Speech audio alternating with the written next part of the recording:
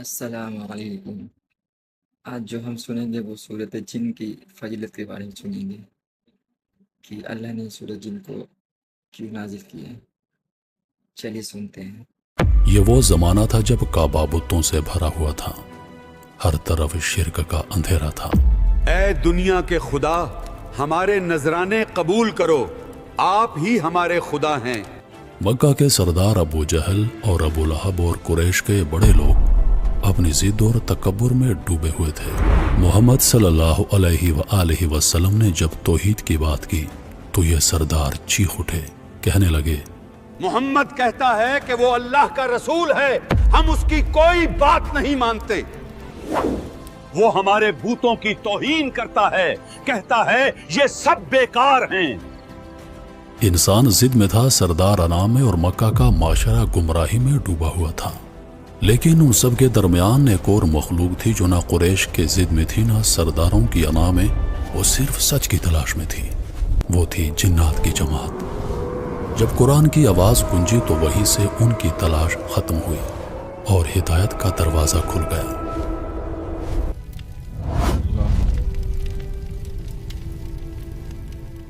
لبیک اللہم لبیک۔ یہ اس وقت کی بات ہے جب زمین پر اندھیرا اپنے عروج پر تھا۔ اندھیرا صرف رات کا نہیں تھا، اندھیرا لوگوں کے دلوں میں تھا۔ کعبہ کے صحن میں سجدے تو تھے مگر اللہ کے لیے نہیں، چہرے جھکے ہوئے تھے مگر دل بتوں کی زنجیر میں بندھے ہوئے۔ وہ اپنے ہاتھوں سے بت بناتے اور پھر انہی سے فریاد کرتے، یہ بت ہی ہمیں رزق دیتے ہیں، یہی ہماری ہر ضرورت کو پورا کرتے ہیں۔ ہمیں بیٹے بھی یہی بت دیتے ہیں، یہی ہمارے خدا ہیں۔ لوگ بھوک سے بلک رہے تھے، ظلم حد سے بڑھ چکا تھا۔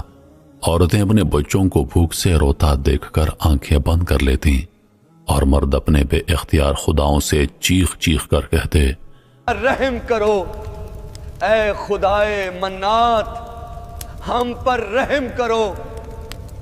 وقت نیچے گزر رہا تھا مگر آسمان خاموش تھا۔ انسان نے اللہ کو چھوڑ دیا تھا، وہ مٹی سے تراشے ہوئے پتھروں کو اپنا خدا سمجھ بیٹھا تھا۔